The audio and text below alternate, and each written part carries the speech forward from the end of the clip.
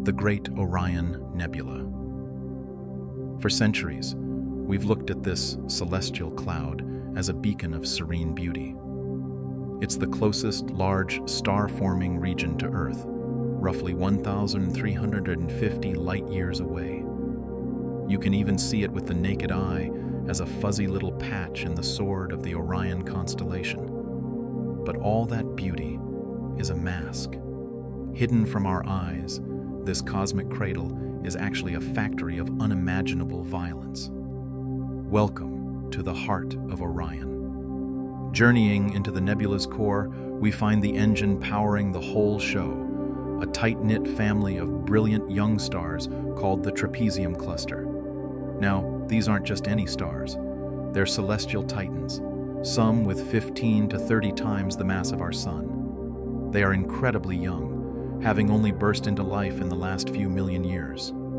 The four brightest create that distinct trapezoid shape. The most massive of them, Theta-1 Orionis C, is a monster. It shines with the light of more than 200,000 suns. It is responsible for most of the ultraviolet light that makes the entire nebula glow. It's this intense, ionizing radiation that lights up the surrounding gas and dust, creating the breathtaking view we see from home. So, how does the factory's production line work?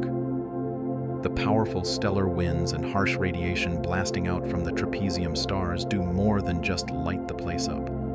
They carve out massive cavities in the nebula and send powerful shockwaves ripping through the surrounding clouds of molecules.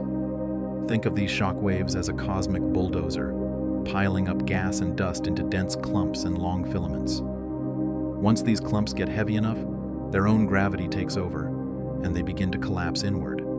This is the critical first step to making a star. And what's fascinating about Orion is that astronomers can see this whole process laid out. They've discovered that star formation here didn't happen all at once. It came in at least 3 distinct waves over the last 3 million years. This staggered, chaotic production makes the nebula a perfect laboratory for figuring out how stars are born in such turbulent places. But here's the twist. The very forces that kickstart star formation are also incredibly destructive.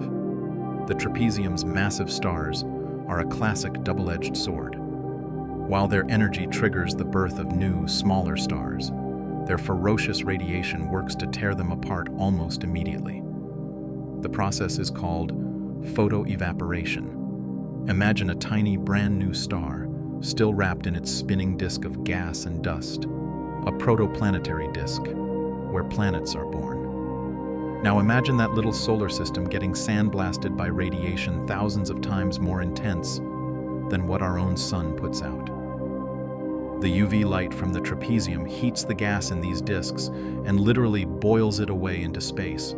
We can see this happening in stunning images of proplyds, young star systems with teardrop-shaped tails of gas streaming away from the heart of the trapezium. For these baby solar systems, it's a desperate race against time to form planets before all their raw material is stripped away for good. A lot of this violence is hidden, shrouded by thick clouds of dust. But modern astronomy has a secret weapon: infrared light.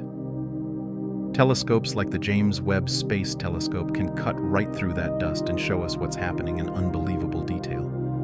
JWST has given us the sharpest views ever of the Orion Bar, a dense wall of gas being steadily eroded by the trapezium's radiation.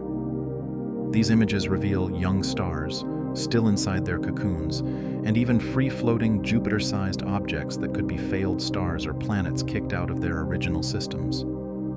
By studying the light, scientists can map out the chemical makeup of the gas and see exactly how these massive stars are reshaping the cloud they were born from. The Orion Nebula is far from the peaceful cradle it appears to be.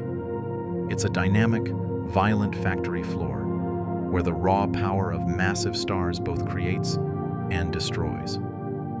The Trapezium Cluster is both the trigger for new stars and a constant threat to their survival, sculpting the nebula with its relentless winds and radiation. For the next few million years, this cosmic battle will rage on, building a new generation of stars and solar systems. Eventually, the gas will clear.